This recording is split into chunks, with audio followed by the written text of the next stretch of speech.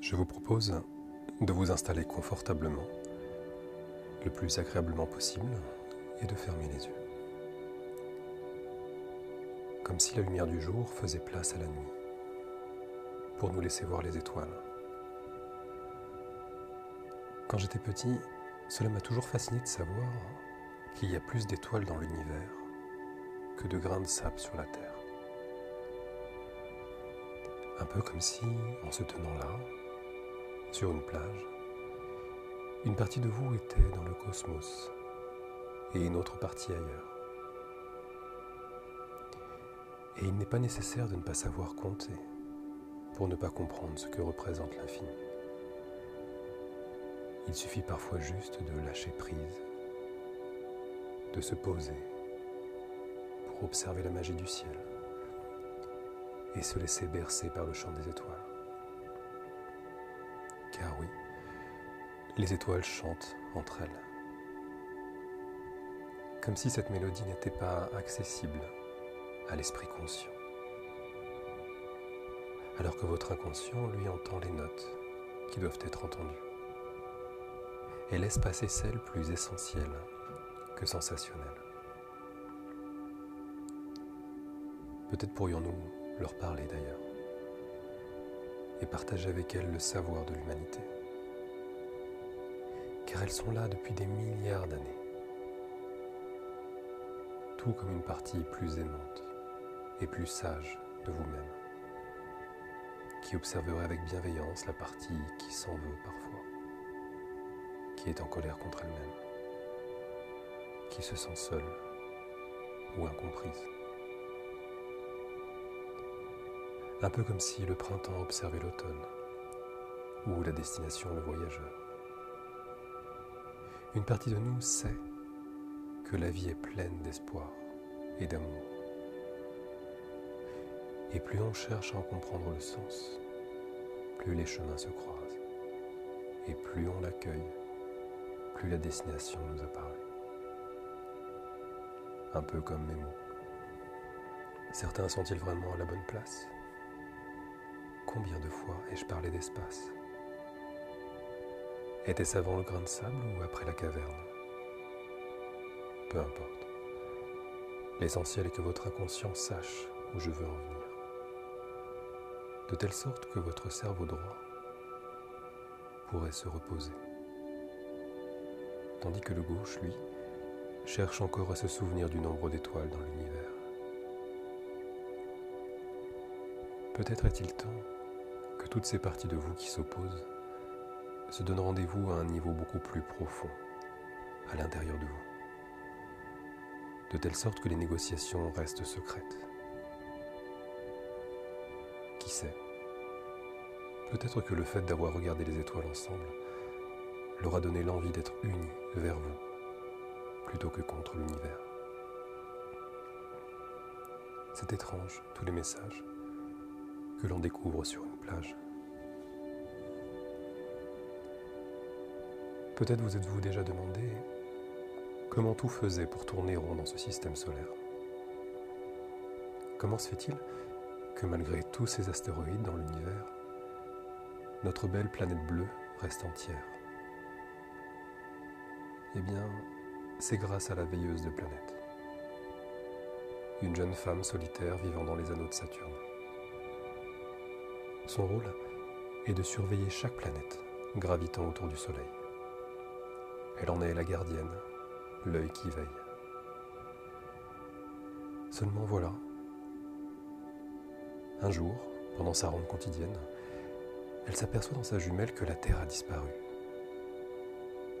Prise de panique, elle prend son sac et part à la recherche de la planète perdue. Elle passe tout d'abord devant Jupiter.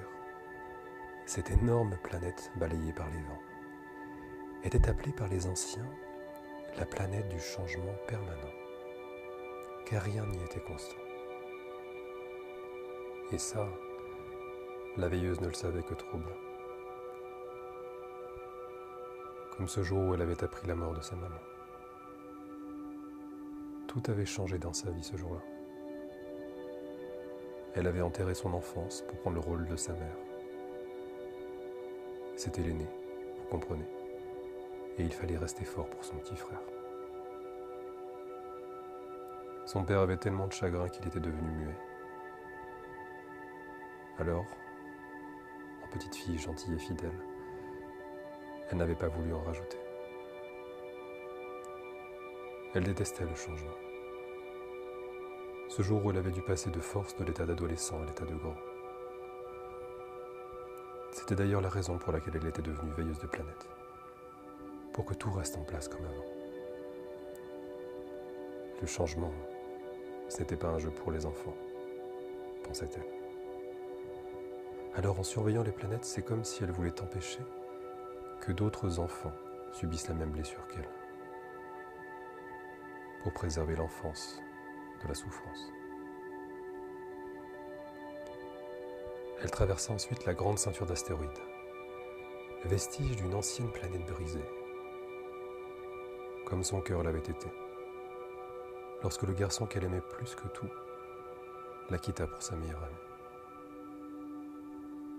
Si vous saviez à quel point elle avait eu mal ce jour-là, de se sentir humiliée et rejetée ainsi. Les deux personnes à qui elle aurait confié sa vie, comment avait-il pu la trahir? Une grande colère monta en elle ce jour-là, non seulement contre eux, mais surtout contre elle, de ne rien avoir vu venir. Elle s'était alors jurée de ne plus jamais faire confiance à qui que ce soit à l'avenir. C'est pour cela qu'elle avait choisi un travail solitaire. Si seulement elle avait réussi à apaiser sa colère et à se pardonner. Elle aurait probablement vu le nouveau garçon dans sa classe, qui en plus d'être mignon, avait également les planètes comme passion, et caressait le doux rêve de l'embrasser un jour sur Pluton. La veilleuse arriva ensuite à proximité de Mars. Elle avait de l'affection pour cette planète, dont la topologie traduisait une gloire passée, où la vie avait été fertile et la végétation étoffée. À présent, seul le silence et la solitude régnaient dans ce paysage désert. Cette même solitude qu'elle avait ressentie devant son père. Le manque d'affection devant cet homme sévère, ancien militaire, lui avait rapidement appris à cacher ses émotions. Personne ne voyait ses larmes lorsqu'elle se couchait le soir.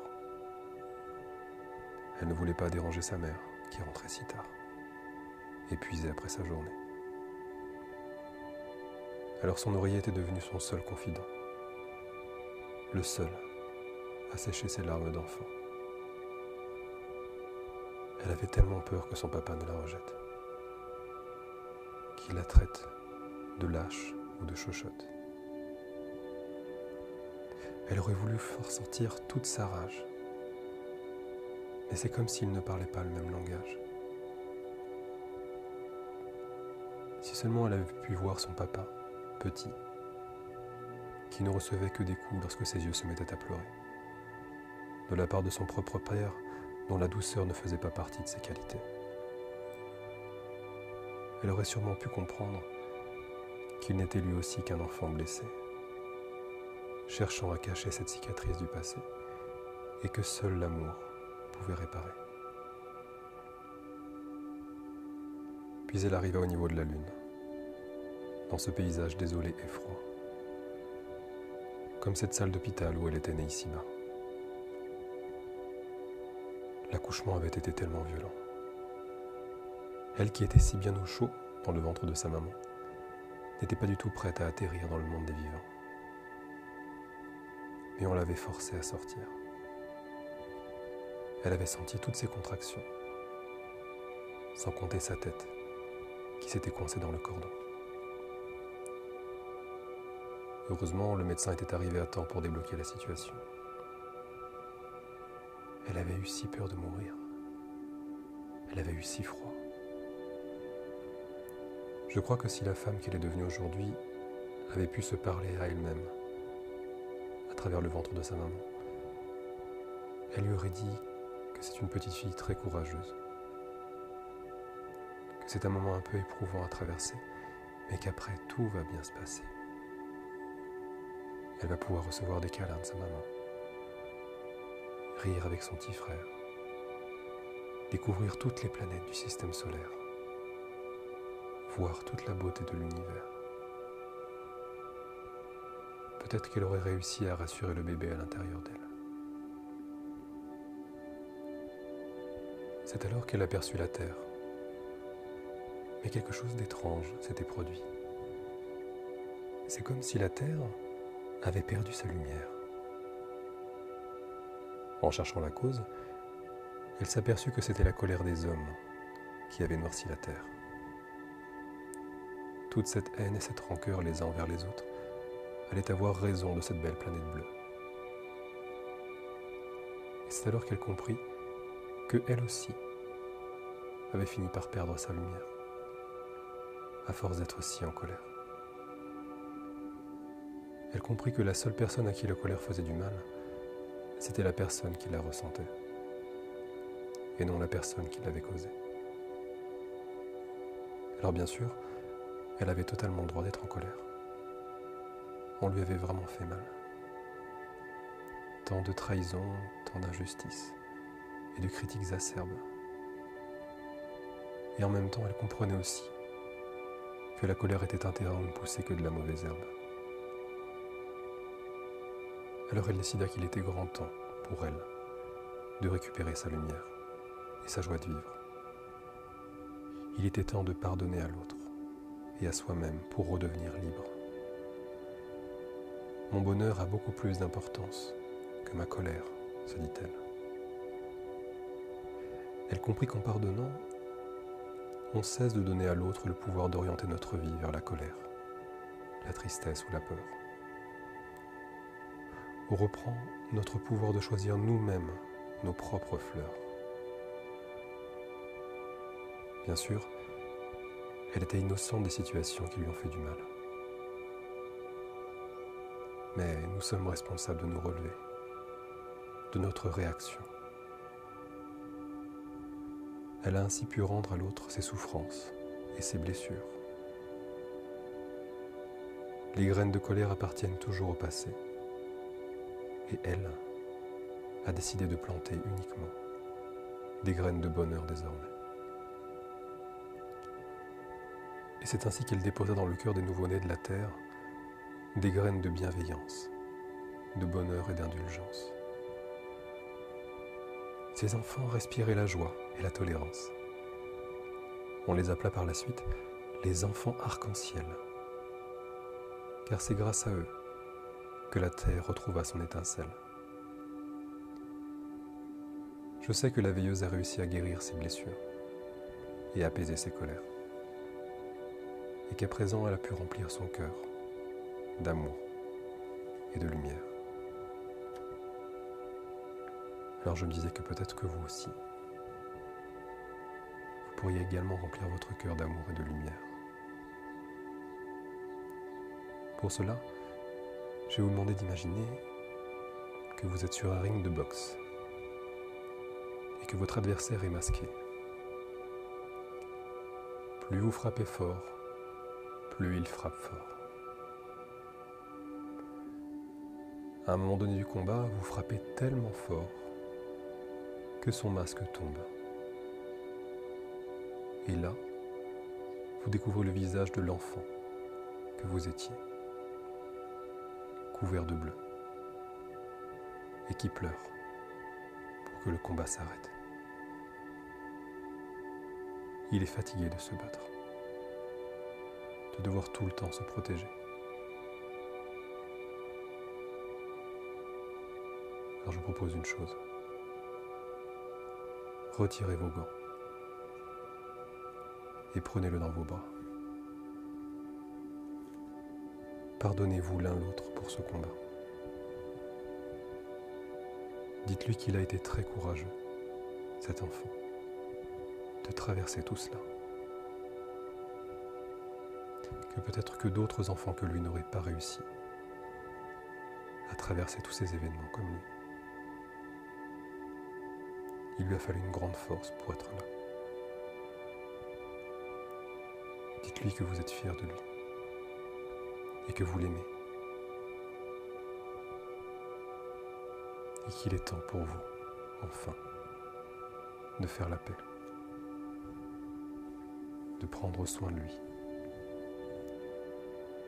de lui apporter tout le bonheur auquel il a le droit, maintenant.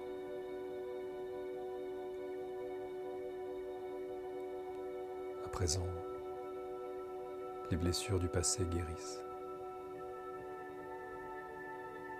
Cet enfant blessé au fond de vous peut grandir et s'épanouir jour après jour. Imaginez-vous d'ici quelques jours, quelques semaines ou quelques mois, heureux, épanoui, le visage détendu et serein, de quelqu'un qui a réussi à faire la paix avec lui-même, à mettre plus d'indulgence dans sa vie, plus de tolérance.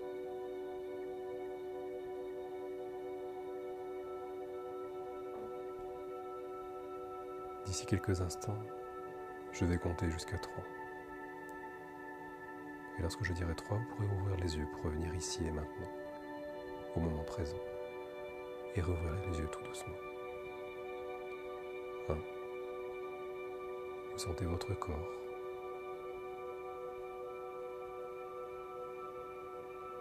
Vous pouvez le faire bouger légèrement. 2.